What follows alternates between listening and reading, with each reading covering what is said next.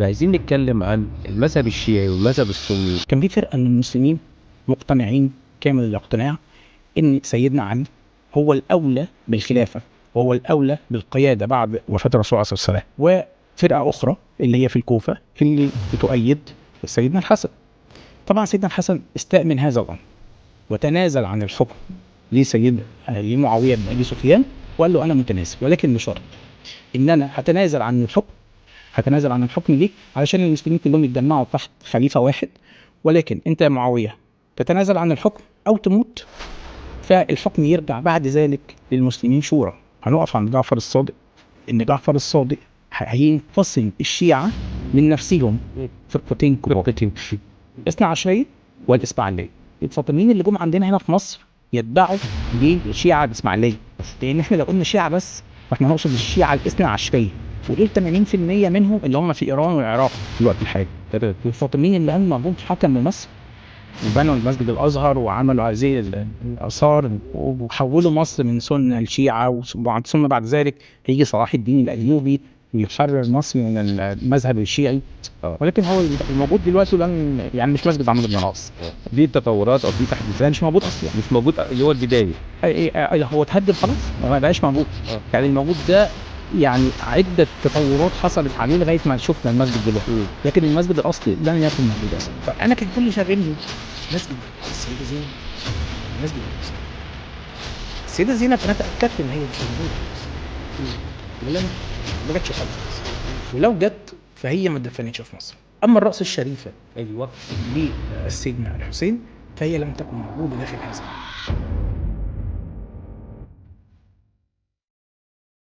اهلا بكم في حكاوي تاريخ مع ستيل.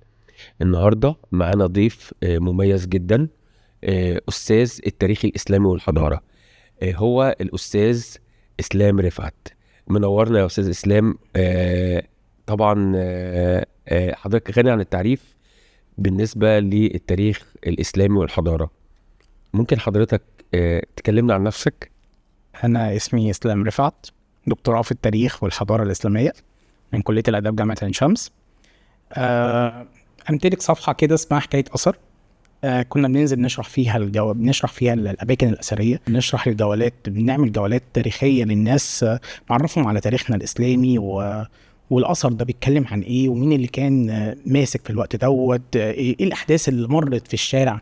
يعني حي الجمالية لو حضرتك تمشي فيه مثلا كان في أحداث هنا كانت بتحصل، كان شارع المعز نفسه اللي إحنا بنروح نزوره الناس فاكرة أغلب الزيارات كافيهات وخروجات. لا يا فندم، بالنسبه للشارع المعز احنا عارفينه ان الشارع بقاله اكتر من 1000 سنه. مظبوط. وده طبعا بيحاكي الحقبات التاريخيه اللي مرت على مصر، من الدوله الفاطميه، الدوله الايوبيه، الدوله العباسيه، الدوله المملوكيه، الدوله العثمانيه.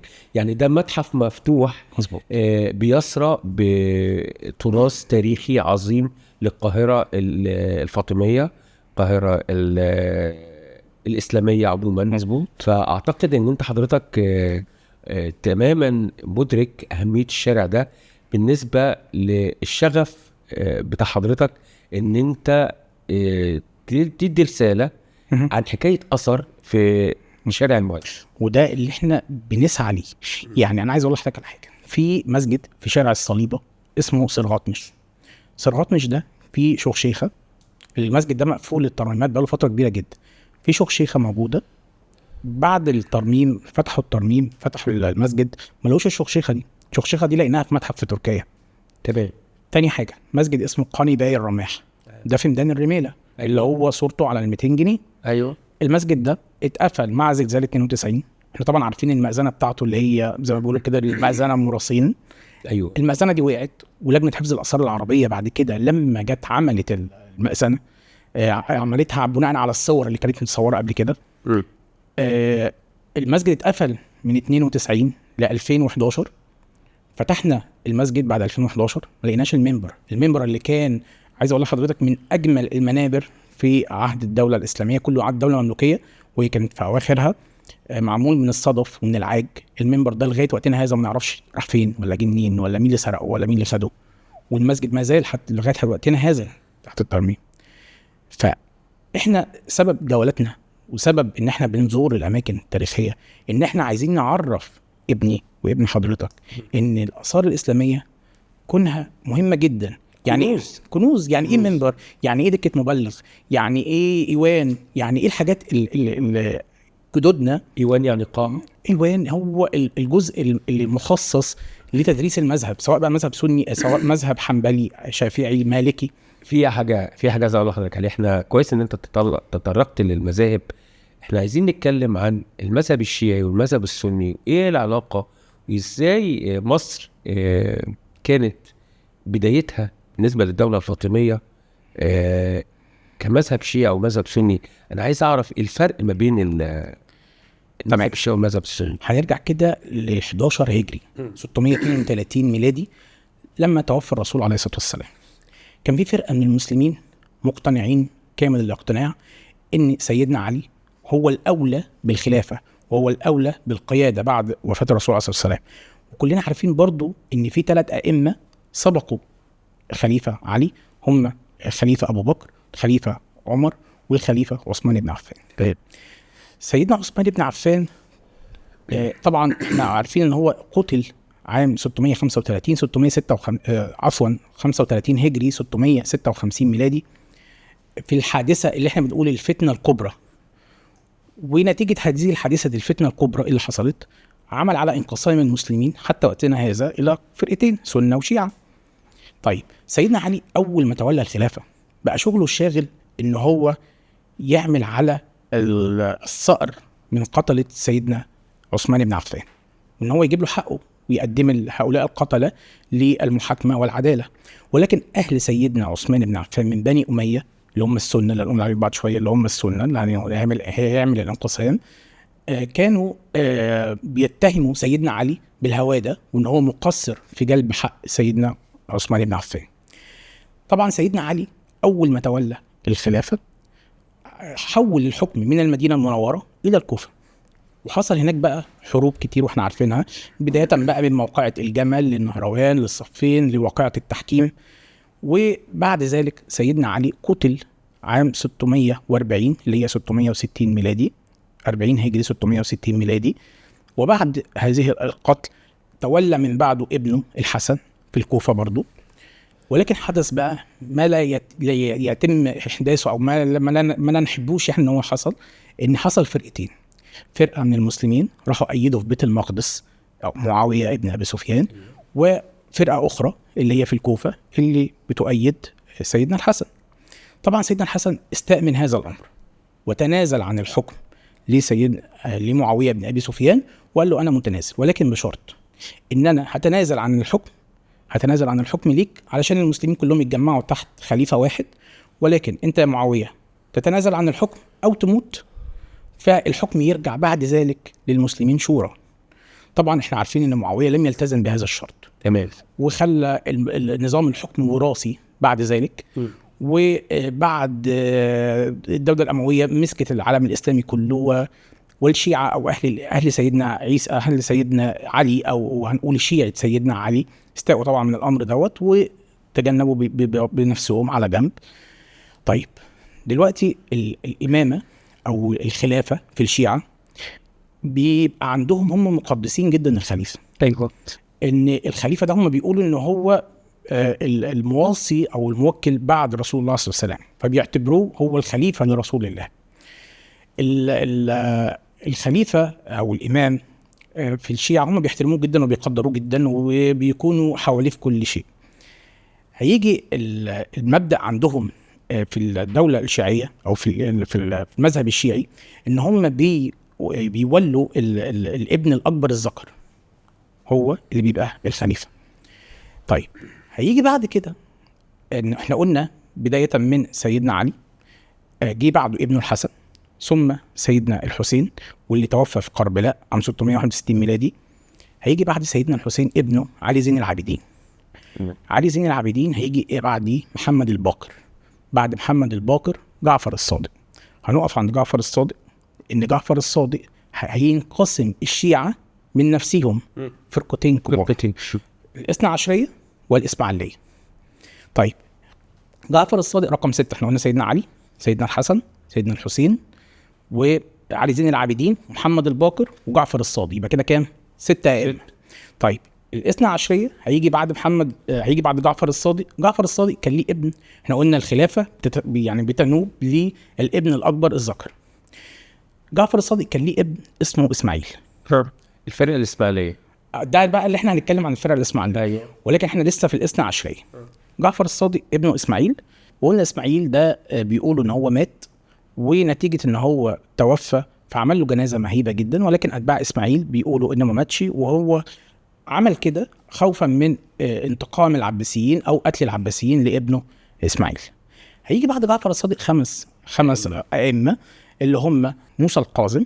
موسى القاظم دوت هيجي بعده كان ليه اختين. كان ليه اخت اللي هو السيده عائشه، اللي هي احنا ميدان السيده عائشه، اللي احنا بنقول ميدان السيده عائشه، السيده عائشه بنت جعفر الصادق. وكمان ليه اخ تاني اسمه مؤتمن، اسحاق مؤتمن، اسحاق ابن مؤتمن دوت اللي هو زوج السيده نفيسه. ايوه فندم. تمام. هيجي زي ما بقى قلت لحضرتك، هيجي الرضا والجواد والعسكري والهادي والمهدي، كده يبقوا 12 ائمه. دي هي الفرق الاثنى عشريه. ثم بعد ذلك هنيجي للفرق اللي هي الشيعة الإسماعيلية. أيوة. الشيعة الإسماعيلية نسبة لإسماعيل ابن جعفر الصادق. طيب احنا الفاطميين اللي جم عندنا هنا في مصر يتبعوا للشيعة الإسماعيلية، لأن احنا لو قلنا شيعة بس فاحنا نقصد الشيعة الاثنى عشرية، ودول 80% منهم اللي هم في إيران والعراق في الوقت الحالي. تمام. لكن لما نقول شيعة إسماعيلية فنسبة اللي هم جم مصر. فاحنا عندنا الاسماعيليه اللي هم بنوا الدوله الفاطميه في المغرب. احنا عندنا الاسماعيل نسبه لاسماعيل ابن جعفر الصادق بنت الدوله الفاطميه في المغرب، وكان فيها عندي محمد اللي هم الائمه المسطورين اللي جم، اللي هو محمد واحمد ومحمد وعبد الله. ثم بعد ذلك جه المعز، والمعز هو رقم 4 في الدوله الفاطميه الموجوده في المغرب، وهو يبقى اول خليفه عندنا هنا في مصر. ايوه. لان المعز لما جه عندنا في مصر وكون الدوله الفاطميه هيبعت جوهر الصقلي علشان ينشئ الجامع الازهر اللي هيبث بقى المذهب الشيعي داخل مصر. المعز لما هيجي المعز والعزيز والظاهر والمستنصر والمستعلي والامر. والامر هنقف عنده شويه، لان زي ما قلت لحضرتك من شويه لو رجعنا من سياسات الدولة الشيعية ان هي بتخلي الخليفة اللي بيحكم هو الابن الاكبر للامام اللي بعده. يعني انا ابني الاكبر هو ده اللي هيحكم. الامر ما كانش عنده ابن، طب مين هيحكم؟ طيب في بعض الروايات بتقول ان الامر كان متجوز جارية او كان ليه جارية كانت حامل. طب كانت حامل، طب الطفل اللي موجود دوت هل هو ذكر ولا انثى؟ طب احنا هنحكم بالاحلام مثلا ان في جاريه وهي اللي كانت، طب ده ايه وده ايه؟ قال لك لا، طب خلاص احنا ملناش دعوه بالعلاقه ديت، هنجيب ابن عم الامر اللي هو الحافظ اللي هو ميمون. قال لك هنخليه هو الخليفه ونسميه الحافظ. وبعد شويه قال لك لا، ده في روايه تانية طلعت قال لك ده الجاريه خلفت ولد وسموه الطيب، وسموه الامام الطيب، وندعوا له على المنابر وهو ده اللي هيحكم. طيب بعد شوية الطيب دوت أنصاره راحوا على الإسكندرية، ومن الإسكندرية راحوا على اليمن، ومن اليمن راحوا على الهند، اللي هم اشتغلوا بقى بتجارة التجارة بتاعت الأعشاء التوابل، واللي هم بيسموا البهرة أو البهرة، اللي هم جم هنا في مصر. وبالمناسبة هو الرئيس بتاع الطائفة دي تصور مع السيد الرئيس عبد الفتاح السيسي في افتتاح مسجد سيدنا الحسين بعد الترميمات اللي عملوها. هم جم يرمموا بقى المساجد الخاصة بالدولة الفاطمية. هم عملوا سيدنا الحسين، عملوا السيدة زينب، عملوا كمان السيدة نفيسة، كل ما هو له علاقة بالدولة الفاطمية جم رمموا. وبالتالي هم بيقولوا على المعز، يعني أنا حضرت لهم موقف، كنت في جامع الحاكم بأمر الله وكنت بصلي، فلقيت واحد منهم بيتكلموا مع بعض ان الامام بتاعهم او الخليفه بتاعهم المعز. طبعا ده خلاني اسال يعني اشمعنى المعز؟ ما احنا عدينا على خلفاء كتير او سلاطين كتير، منهم المستنصر اللي هو صاحب الشده المستنصريه في عهد الدوله الفاطميه، والناس كانت بتاكل بعض ده حصل. انا اعرف ان في حصل مجاعات في الفتره ديت لجفاف النيل، وطبعا كان الناس وصل ان هم بياكلوا قطط وكلاب وبياكلوا بعض ما هي المستنصر يعني حضرتك برضو رجعت للقصه، القصه يصعب عليك المستنصر. كان بعض الفرق الجيش من المغاربه ومن السودانيين استولوا على الحكم، ونتيجه استيلائهم على الحكم دخلوا نهبوا في القصر، ودخلوا حتى عايز اقول لحضرتك عارف الاسطبلات اللي بتبقى موجوده في القصور اللي بيبقى فيه حاجات اعشاب وتبن واكل للجواد، دخلوا نهبوا كل ده، لدرجه ان كانت في بنت من الاعيان كانت بتروح للخليفه نفسه المستنصر بتديله رغيفين عيش. ايوه بدينار. بدينار، وكان رغيف العيش ساعتها كان بيساوي 200 جنيه مثلا لو نتكلم على دلوقتي. كانت الغلا لدرجه ان الناس بدات ان هي بتاكل الكلاب والقطط. يا فندم ده كان في واحد كان وزير سايب الحماره بتاعته كلوها، طلع ما لقاش الحماره بتاعته كلوها، وفي الاخر اللي حل الموضوع ان راحوا جابوا بدر الدين جمالي او بدر الجمالي. ايوه هو ده اللي حل المشكله، الازمه. والمستنصر بالله ضر عليه باشارات وضر عليه بهدايا وخلع، نتيجه ان هو خرجه من هذه الازمه. وفيضان النيل ده كان حتى النيل منسوب ونزل في الوقت ده. ما هو حضرتك اما النيل بيجف الامراض بتنتشر كل حاجه، والزراعه ما فيش زراعه ولا بتبدا المجاعات. فلا زي ما قلت لحضرتك ان الشيعة زي ما قلت لحضرتك انقسموا لقسمين ما بين شيعة اثنا عشرية وشيعة اسماعيلية. والفاطميين اللي هم جم حكموا مصر وبنوا المسجد الازهر وعملوا هذه الاثار وحولوا مصر من سنة الشيعة، ثم بعد ذلك هيجي صلاح الدين الايوبي ويحرر مصر من المذهب الشيعي. كل دول يتبعوا للشيعة الاسماعيلية. عايز اقول لحضرتك ان الفتره دي اللي كان في تمويل من الفلوس، المصريين كانوا ناس كتير ماتت، لدرجه لو احنا بصينا مسجد السلطان حسن هنلاقي جنب المسجد في زي مكان كده مخصص ل اللي هم حضرتك عارف اللي هم الموتى، اللي هو غسيل الاموات. ايوه ده في ميدان الرميله، في ميدان الرميله جنب مسجد السلطان حسن بالظبط هتلاقي في مكان كده مغسله للاموات كان عاملها السلطان حسن. ولكن السلطان حسن في الوقت ده كان حال المصريين لا يرسل من تكبل الفلوس، ان هو كان بيلم فلوس من الشعب عشان يبني مسجد السلطان حسن. ايوه مسجد دوت عايز اقول لحضرتك ان السلطان حسن توفى وهو عنده 30 سنه او اقل كمان، لو مات صغير جدا على يد يلبغ الخاصقي اللي هو قتله في صحراء المطريه في عين شمس. ايوه الراجل دوت يعني كان كل همه ان هو يبني المسجد، وكملوا من بعده واحد اسمه بشير اغا القمدار. بشير اغا القمدار هو ده اللي كمل من بعد. فلو جينا اتكلمنا عن حياه المصريين في الوقت ده، لا ما كانش احسن حاجه في الدوله. كان في اضمحلال اقتصادي، كان في بس كان في ثراء من الامراء الدوله المملوكيه ان هم يبنوا قصور، يبنوا المساجد. يعني زي ما قلت المدارس هو اصلا ما اسموش مسجد السلطان حسن، اسمه مدرسه السلطان حسن. هي كانت تعتبر اول جامعه اسلاميه في مصر، بتضم بقى الاربع مذاهب السنيه. والمدارس ما هي مستشفيات، وكان فيها مستشفى، وكان فيها كافيتيريا، وكان فيها مغسله الاموات، وهنلاقي فوق كمان يعني مجمع خدمي كله. هي كانت جامعه الشباب او الطلاب كانوا بيتناولوا المذهب السني بقى بفروع الحنبلي والمالكي والشافعي وهكذا. هل حضرتك المدارس او مجمع السلطان حسن كان بيشرف عليه الازهر اللي هو اول جامعه تعليميه في مصر؟ لا ما كانش فيه.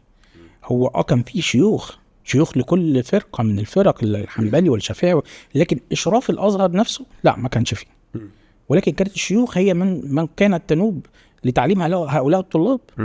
بدليل احنا لو دخلنا هتلاقي بقول لحضرتك الصحن لما بتيجي تدخله كل ايوان، يعني في ايوان معمول ايوان القبله هو اكبر ايوان معمول على غرار ايوان كسرى انوشروان اللي هو كان في العراق. واكبر ايوان حتى لو جيت يعني زياره الرئيس اوباما الامريكي الاسبق لما راح، انا كنت لسه صغير في المدرسه، فلما بصيت قاعد بيبص للسقف وانا كنتش فاهم بيبص في ايه. لما رحت بقى بنفسي وخدت الطلاب اقول لهم بصوا على السقف، عظمه العماره الاسلاميه، الحجاره دي طلعت ازاي. يعني انا في الشيخ الاثريين انا بطلق عليه هذا وش انا بس ده كل محب الاثريين اسمه استاذ عماد عثمان. حضرتك ممكن تكون على علم كبير بيه. استاذ عماد عثمان انا زارت حسن فتحي، واستاذ عماد عثمان يعني قامه وقيمه في هذا المجال. بقول له استاذ عماد انا عايز اسالك على حاجه، الحجر ده طلع فوق ازاي من عظمه البناء؟ ففلوس كتير اتصرفت جدا على هذا المسجد، انا بس عشان مش عايز اتوه حضرتك عن السؤال، لا ابدا ولكن حال المصريين طبعا حال لا يرثى له. كانوا الامراء المماليك زي ما قلت لحضرتك من شويه على قانبي الرماح. قانبي الرماح كان عامل مسجد، كتاب، سبيل، ورا المسجد كان فيه قصر ليه. طب المصريين كانوا يعتبر غايبين عن المشهد. ولكن احنا لو دخلنا من الدوله المملوكيه، لا، ثريه جدا، ثريه جدا باثارها وبفنونها وبكل شيء فيها. طيب عايز اسال حضرتك سؤال بالنسبه للاحياء بالنسبه في العصر المملوكي او العصر العثماني. طبعا العصر العثماني ما كانش فيه نهضه اقتصاديه ولا نهضه في المعمار.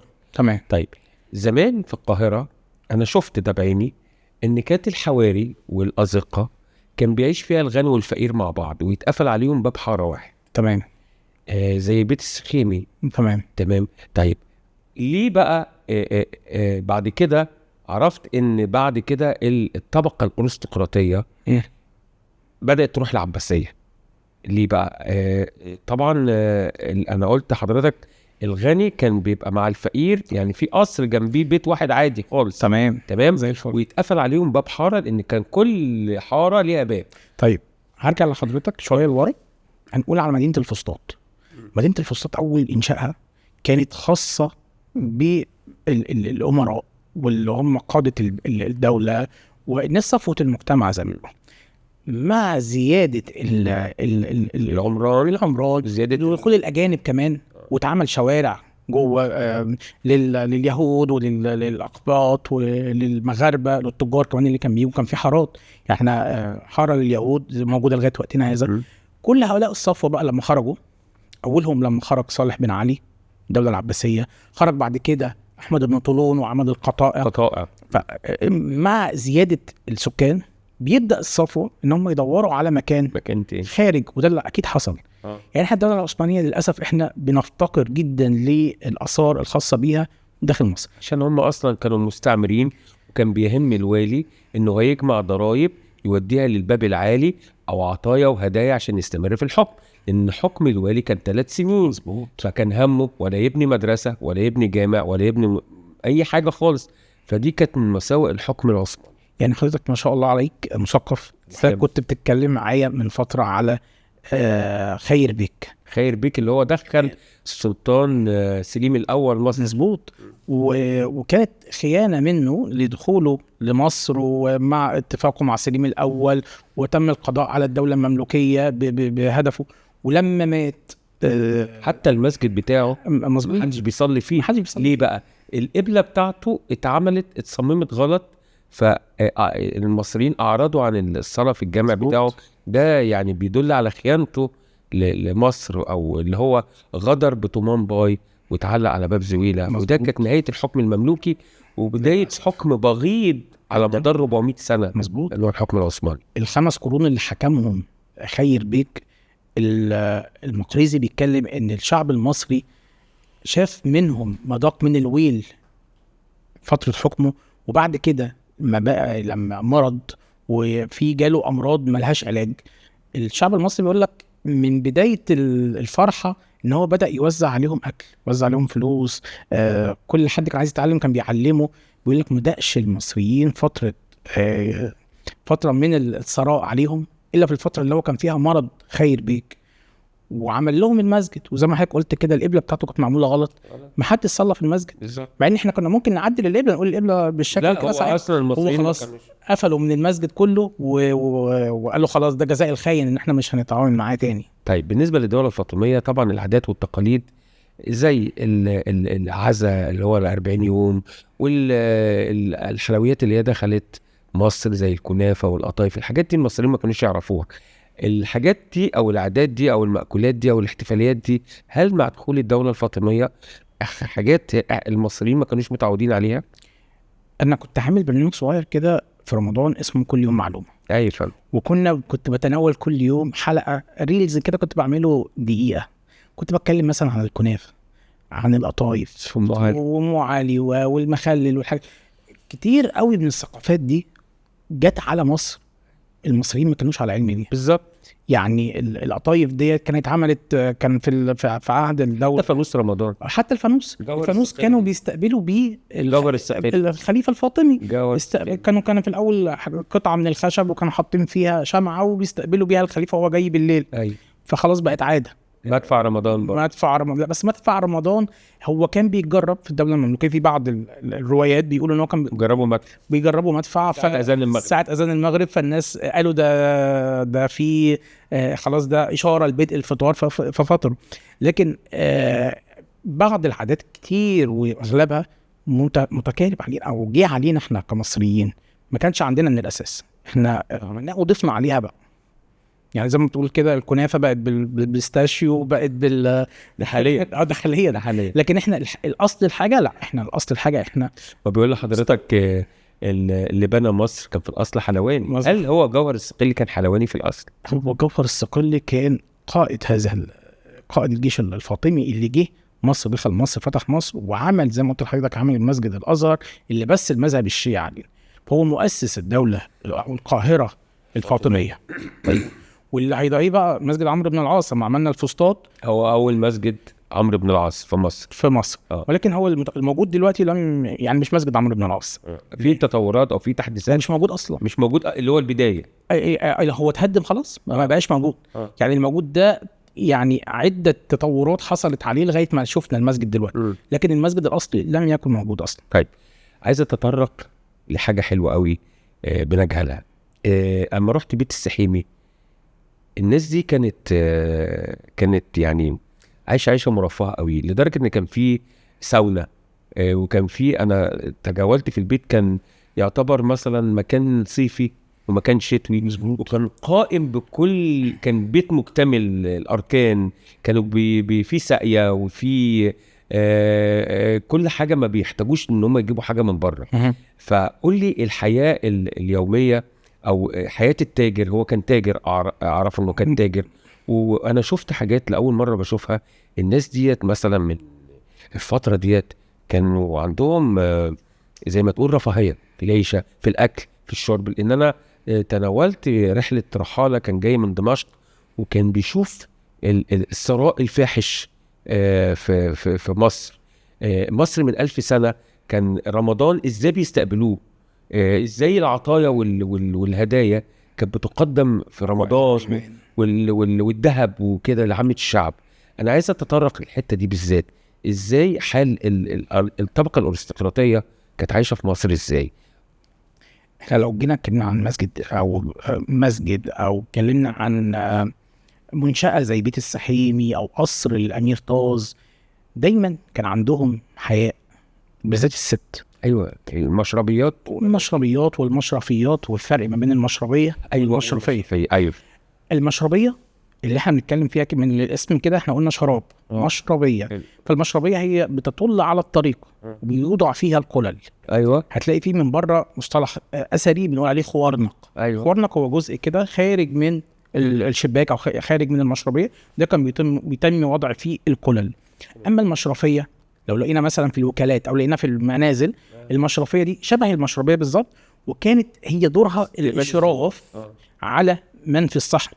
يعني مثلا لو رحنا مثلا وكالة بزرعه، وكالة بزرعه برضو في شارع المعز برضو. وكالة بزرعه كان التاجر كان بيجيب معاه زوجته واولاده، كان بتقعد فوق في المشرفيه بتبص تحت على التاجر كان بيعمل ابن زوجها تحت بيبيع ايه، يعني كان بيجيبهم معاه. فالفرق ما بين المشرفيه والمشربيه ان المشرفيه هي بتعمل على اشراف داخل الصحن، اما المشربيه فاللي بيتم فيها وضع القلل اللي بتطل على الشارع.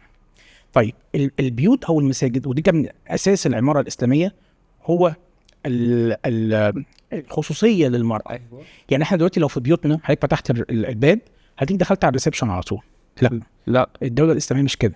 يعني لو جينا مثلا مسجد السلطان حسن، ورا الباب بتاعه، انا بذكر السلطان حسن كتير ليه؟ لانه هو اسس العماره الاسلاميه كلها متجمعه في هذا المكان.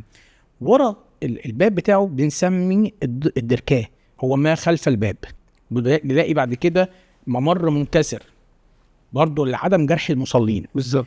اما بيت السحيمي اللي حضرتك بتتكلم فيه، لا، فبيت السحيمي نخش كومباوند قائم بذاته، بيبقى في حاجه تحت اسمها السلاملك. ايوه، السلام لك ده للرجال، والحرام لك. والحرام لك فوق للسيدات. ايوه والسلام لك فيه تختبوش. ايوه، حته تختبوش دي. تختبوش ده بيبقى كده قاعده خشبيه بنقعد عليها زي زي حضرتك. ايوه مظبوط. وبنقعد بقى بنتكلم بنتحدث، والحرام لك فوق. دكتور اسلام، طبعا انت اتكلمت على الحرام لك والسلام لك. طبعا الثقافه ديت احنا واخدينها من ايام الرسول صلى الله عليه وسلم، او في ثقافات اضافت للدوله الاسلاميه في فنون العماره وفنون البناء والعادات والتقاليد. لان السيدات في عصر الرسول صلى الله عليه وسلم ما كانوا بيمرضوا في الحروب وكانوا موجودين، يعني كانوا مكشوفين، يعني ما كانش فيه عزل للمرأة يعني او دور المرأة. فحضرتك اديني سبوت على الموضوع ده. انا هلخص الموضوع لحضرتك في كلمه، ان دي كانت ثقافه العماره المملوكيه. ايوه فندم. دي كانت ثقافه البناء عندهم. البناء عندهم ان السيده كان زمان كان السيده كانت بتطلع مع الرسول في الغزوات وهكذا، ولكن في العماره المملوكيه هو كانت ده سياستها، او دي كانت ثقافتها، ان هو حجب المراه.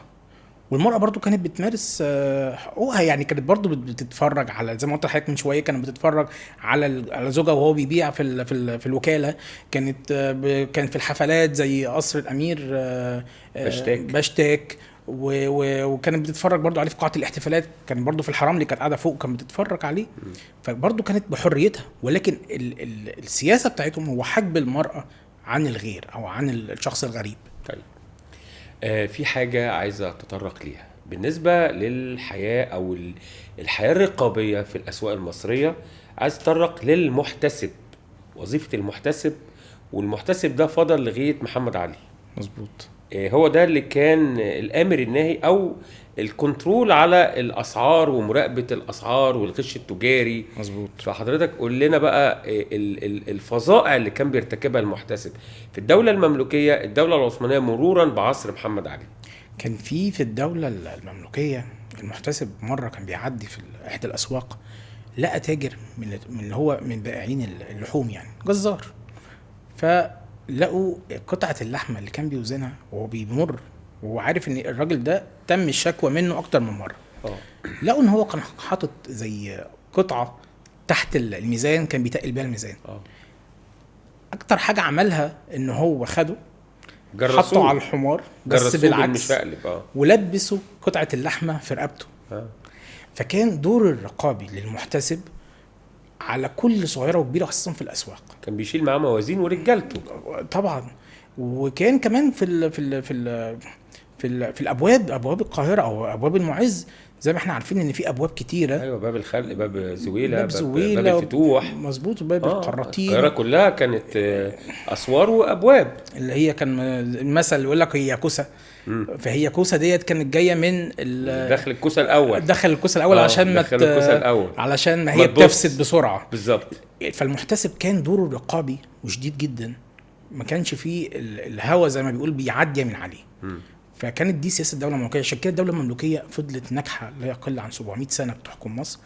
لكن دور المصريين انا بشوفه ان هو منعدم وجوده في الدوله المملوكيه. حضرتك ما كانش فيه جيش. الجيش اتكون في عهد محمد علي. مظبوط. ما كانش فيه جيش، او يعني كان كل دوله او كل حاكم ما عنده حاميه او جيش خاص بيه كان بيدافع عنه. ما كانش بيدافع عن الدوله، كان بيدافع عنه. انا اعتقد كده. يعني انا مع حضرتك ان فعلا الدوله الحديثه او دوله اللي اسسها محمد علي هي كانت اول بناء جيش من اخر جيش اللي هو عمله احمس، اللي هو طرد الهكسوس من مصر، وبدايه تكوين اول جيش مصري. تمام. من 5000 سنه. انا بكلم حضرتك على الحقبه الدوله الاسلاميه اللي هي من اول الدوله الفاطميه والايوبيه والعباسيه في احمد بن طولون، وبعد كده الدوله المملوكيه، مرورا بقى بالدوله المملوكيه، دخول الدوله العثمانيه كمان. هنيجي بقى الدوله الحديثه، هو بدايه تاسيس اول جيش مصري بيدافع عن مصر في عهد محمد علي. تمام. وبعد كده بقى نقول بقى ان اللي حصل بعد تكالب القوى الاستعماريه زي انجلترا وفرنسا عن توسعات محمد علي، وازاي محمد علي كون الجيش المصري، وازاي كان اول مدرسه للجنديه في اسوان 1832، وبدايه نواه الجيش المصري من 1813. مظبوط.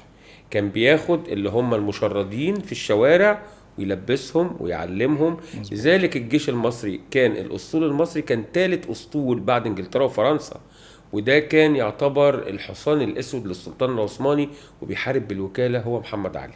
مظبوط. فانا يعني انا طبعا ما اقدرش يعني بادي لحضرتك معلومه طبعا في لا، حته حضرتك- تكوين الجيش المصري، لان احنا طبعا بنعتز بجيشنا.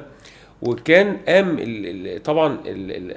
طبعا لما اتنشأ الجيش المصري كان الرتب العسكريه الاولى كان محروم منها الجند المصري، كان الضباط كانوا يا شراكسه ثورة او عرابي. اتراك او ثورة اتراك. عرابي. ثوره عرابي قامت بالنسبه للحته دي. بالنسبة للتفرقة من الشركس، بالظبط. وراحوا ساعتها على قصر عابدين وعملوا وقفة ساعتها، وان ازاي انتوا بتفرقوا ما بين الجندي المصري والشركس، بالظبط. هم حتى في ليهم المرتبات والرتب كل حاجة كل حاجة. يعني احنا بنقول الصحوة بعد محمد علي هيجي اسماعيل، وبعد كده عباس حلمي الثاني. ما شفتش يعني من علّى شأن مصر. طبعا عصر الجمهورية ده طبعا ده بعيدا بقى عن الاستقلال. بص حضرتك، بالنسبه للحكام اسره محمد علي في ما ليهم وما عليهم. مظبوط. في ناس كانت بعيده تماما عن حكم الشعب المصري واتقتل، اللي هو عباس حلمي الاول، لانه كان عمل حاجات لغى التعليم وطبعا كان شديد جدا. بالظبط. والخديوي سعيد برضو قال لك ان امه جاهله خير من امه متعلمه، لانه برضو لكن الخديوي اسماعيل لما بنتكلم ليه كان عايز يكمل مسيره جده محمد علي. محمد علي كان ذكي جدا جدا، ذكاء فطري. انت عارف حضرتك، يعني ادي معلومه لحضرتك يعني، وانا اسف جدا ان انا قاعد في حضره الدكتور. لا طبعا. محمد علي اللي شكل ثقافته طفل الشارع، انه هو كان طفل شارع، وطبعا البيئه اللي هو اتولد فيها بيئه كلها تحديات، هو اللي وصل بذكائه الفطري. وطبعا انت عارف ان هو ما اتعلمش قرايه وكتابه اللي هو كان عنده 40 سنه. مظبوط. فثقافته ديت بدهائه السياسي قدر ان هو يسيطر على البرديسي وخسره وخورشيد، ويخلي ان احنا ما كانش عندنا كاريزما في الحكم، لان طبعا بعد كان في فراغ سياسي في وجود محمد علي. اما طبعا الحمله الفرنسيه سابت مصر 1801 كان في فراغ سياسي، وراجل طبعا الدوله العثمانيه قالت لا نرجع بقى ايه، الدوله دي تبعنا، مصر ولايه عثمانيه فاحنا الاولى بحكمها. فكان في صراع ما بين المماليك، وصراع ما بين انجلترا، وصراع ما بين الدوله العثمانيه والمماليك وانجلترا، كانوا عايزين مصر. طيب اما نشوف شخصيه زي ديت استغلت كل موارد مصر لتوسعاتها.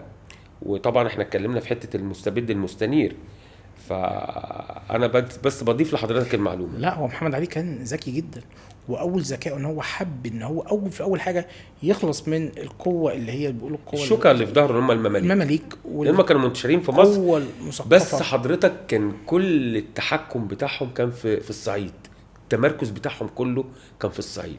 فهو عمل مذبحتين، الاولى والثانيه. هو ده اللي بيعيب على محمد علي في بدايه يعني في حكمه كله، الدماء اللي سالت اكبر اغتيال سياسي في العصر الحديث. وباب العزب اصلا او تسمى ليه باب العزب عشان كان في قاده من الجيش العثماني كانوا عزبنجيه يعني. ايوه صح، كلمه باب العزب دي وميدان الرميله عايز اتطرق ليهم. فتسموا هم ميدان الرميله كان بيتسمى ميدان غسل الموتى. وغير كده كانوا المماليك هم الاساس. اسم ميدان الرميله كانوا بيعملوا فيه كل بقى الاعمال الفروسيه والاحتفالات الكبرى وكده، اللي هو جاي من اسم قاني باي الرماح، كان بيمارس الرمح ولعبه الرمح في هذا الميدان. فالميدان ده كان اتسمى بميدان الرميله لانه كان رمله، كانت صحراء. ايوه. ومكان مسجد السلطان حسن ده كان قصر واتعمل يعني، وكان سوق للخيل كمان. كان ميدان الرميله كان سوق للخيل. فده سبب تسميه ميدان الرميله. وميدان زي ما قلت لك باب العزب كان قاده من الجيش العزباني. فمحمد علي بيعيب عليه هذه النقطه، ان هو سال الدماء في المماليك وذبح المماليك. هو تخلص من ذنهم. كان عنده الغايه تبرر الوسيله يا دكتور. تخلص من ذنهم عليه، لان هم كانوا متدخلين في كل شيء. أيوة. واكبر دليل مسجد محمد بيك ابو الدهب. أيوة. اللي هو جنب جامع الازهر. أيوة. واللي خان استاذه علي بيك الكبير. علي بيك الكبير. وكان هم كان في والي عثماني كان موجود في مصر، ولكن ما كانش بيملك من اي شيء غير الاسم بس. كان اللي بيحكم هو المملوك محمد بيك ابو الدهب، اللي في الاخر خان استاذه وتعاون في القضاء عليه وانتهى يعني. ومحمد بيك ابو الدهب برضو خيانته في الاخر كوبايه عصير فيها سم شربها ومات يعني، جزاء اللي عمله في استاذه يعني. لكن الدوله الحديثه دي اللي انا شايف فيها ان بقى في جيش، بقى في جيش يدافع عن مصر، وبدا وجود ظهور المصريين بعد القضاء بقى على الدوله العثمانيه والاحتلال البريطاني والفرنسي. بدا بقى الجيش مع وجود كانت النواه او البذره في عصر محمد علي، ولكن ظهوره كان في الجمهوريه المصريه. دكتور اسلام، عايزين بقى نرجع للي احنا بدأنا له، العلاقة ما بين المذهب الشيعي والسني والأضرحة، وكمان عايزين نتكلم عن الأسبلة اللي هي في شارع المعز. تمام. السبيل تكونه او ان هو انشئ ليه اصلا، هو انشأه المماليك كسقيا الماء للمارة. كانت بيبقى الدعاء اللي بس للامير او للخليفه او للسلطان اللي ماسك الدوله في ذلك الوقت. كان بيعملوا السبيل دوت ما بين صهريج مياه في الاسفل، بيجي من النيل رأسا. مظبوط. وكان في كمان تنظيف الشوائب عن طريق انابيب وعن طريق اشياء مدرجه رخاميه. الميه كانت بتنزل عليها طبعا لو فيها انا شفت عمق السبيل، نزلت له وشفته. ولو جينا احسن سبيل شفناه بعينينا كلنا بير يوسف، يعني سوري بير يوسف اللي هو بيدخل ميه للقلعه كلها. في سبيل برضو كان منشأ هناك فبرضو بره القلعه، كان بيضر منه الميه بتاعه بير يوسف اللي هي يوسف صلاح الدين اللي هو اسمه صلاح الدين يعني. فالسبيل كان في خدمه المره وسقيا الماء اللي كان الخليفه بيضر الميه على الناس. طيب لو جينا اتكلمنا، حضرتك كنت بتتكلمي في السؤال على ايه؟ الاضرحه كانت، انا ما اعرفش، في ناس ممكن تتفق معايا او تختلف. انا زي ما قلت لحضرتك انا كنت من وما زلت من زوار آل البيت في القاهره ما بين السيده نفيسه والسيده زينب والسيده الحسين. وكنت بسأل دايما مسجد السيده زينب لان انا كنت بعشق هذه السيده نفيسه. زي ما قلت لحضرتك من شويه، احنا اسحاق المؤتمن اللي هو زوجها بعد وفاتها طلب ان هو ياخدها ويمشي. يا سيده نفيسه كانت هنا في مصر وضريحها موجود فعلا. يا سيده نفيسه رحمه الله عليها ستنا كلنا المحببه جدا لقلبي، وبزيارتها هي موجوده داخل المسجد. اسحاق المؤتمن كان عايز ياخدها ويمشي، ولكن المصريين طلبوا منه ان هو يخليها موجوده. وفعلا هي دي الاثر الوحيد الموجود، هو والامام الشافعي. الامام الشافعي لما جه مصر من بغداد للعراق للرحله الكبيره، والامام مالك وجه هنا في مصر برضو ده ضريحه موجود. فانا كان كل شاغلني مسجد السيده زينب ومسجد الحسين. السيده زينب انا تاكدت ان هي مش موجوده في مصر، ولم يعني ما جاتش خالص مصر، ولو جت فهي ما اتدفنتش في مصر. وفي ناس كتير بيقولوا في البقيع، مدفونه في البقيع. اما الراس الشريفه ايوه لسيدنا الحسين فهي لم تكن موجوده داخل هذا المقبر. بس ليه ناس بتاكد انها شافوا الراس الشريف؟ في ناس بيقولوا ان هم لقوها على كرسي من الابانوس وملفوفه بحرير من الاخضر سمعت موجوده تحت. بس من ضمن المصادر المؤكده، وده انا ما قرأتهوش وانا بكلم حضرتك على قراءه في بعض المصادر التاريخيه، لم يذكر اي مصدر تاريخي ان راس الشريفه لسيدنا الحسين موجوده في القاهره. هي البهرة او الشيعة اللي كنا بنتكلم عليهم من شويه هم قاموا بترميم المسجد وصرفوا عليه ايام الرئيس جمال عبد الناصر وطوروا فيه، وعبد الرحمن كتخده المملوكي عمل المأذنه في مسجد الحسين. لكن مصدر مؤكد واكد ده لا مفيش. الاكيد موجود السيده نفيسه والامام الشافعي، دول موجودين في مصر داخل مصر. اما بقى بالنسبه للاضرحه اللي موجوده حوالين في القاهرة القديمة أو في القاهرة الإسلامية، فالضريحة هو مكان هو بيرمز للمتوفي، ولكن مش شرط ان هو يكون موجود. لا مش شرط يكون موجود، هو ممكن بس مكان رمز المشهد بتاعه او الرمز بس ان الرجل ده موجود. زي كان في مسجد في ضريح بيقولوا ان ده حفيد سيدنا الحسين ولم يكن موجود، هو مشهد بس موجود لكن مش ضريحه، لكن مش هو الجسد مش جوه. بس يعني بعض الأضرحة لم يكن، ولكن هي رمز لآل البيت واللي بنحترمه وبنقدره جدا. زي قبة أفندينا اللي هي بتاعت الخديوي توفيق، هل ده برضو زيه؟ يعني قبة أفندينا موجود. لا العيلة المالكة موجودة العيلة مش رمز يعني. لا زي الرفاعي موجود، عيلة خشيار هانم والملك فاروق والملك وكل ومحمد رضا بهلاوي.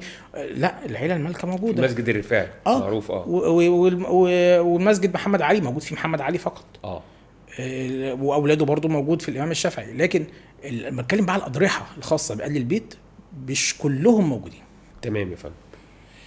طبعا بختم حوار الشيق الممتع عن التاريخ الاسلامي والدوله المملوكيه والمذهب الشيعي، وايه الفرق ما بينه وما بين المذهب السني، وازاي جت الحقبه التاريخيه اللي هي بتاعت المذهب الشيعي في مصر واساس كل حاجه. انا سعيد جدا بحضرتك النهارده يا دكتور اسلام، واعتقد ان هو حديث ممتع جدا، وان شاء الله مش هيكون اول حديث ما بيننا. وانا بشكر قناه او منصه ستيل على ان هي اتاحت لي الفرصه ان انا اجري مع حضرتك الحوار ده. انا بشكر حضرتك جدا، وبشكر حديثي مع حضرتك وقناه ستيل، وبالاخص الاستاذه شيرين، يعني كامل الاحترام والتقدير لحضرتها والاستضافه الجميله ديت. ربنا يحفظك، ربنا يحفظك. شكرا لحضرتك.